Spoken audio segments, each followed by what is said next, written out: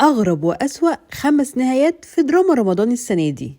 أول مسلسل معانا هو إيش إيش للنجمة مي عمر، ورغم إنه حقق نجاح كبير جدا بس النهاية وصفها الكتير بإنها غير منطقية وغريبة كمان، وقالوا إزاي حياتها اتغيرت بسرعة كده، وإن اللي حصل ده يعتبر نهاية سطحية جدا. تاني مسلسل نهايته كانت غير متوقعة ومزعلة ناس كتير جدا هي نهاية مسلسل فهد البطل، وده بسبب موت راوية وسجن فهد، وكتير قالوا انهم كانوا متوقعين نهاية سعيدة خصوصا بعد كل العذاب اللي شافوه في حياتهم. تالت مسلسل نهايته ما عجبتش بعض المشاهدين مسلسل وتقابل حبيب، ورغم ان النهاية كانت سعيدة بس كتير شاف ان نهاية خالد سليم ونيكول سبق كان ممكن تتغير، كمان شافوا ان المسلسل قلب بفيلم ابيض واسود.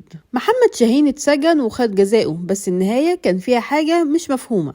كلامنا عن مسلسل لام شمسية، المشهد اللي كان فيه اغنية تسلمي يا مصر ما كان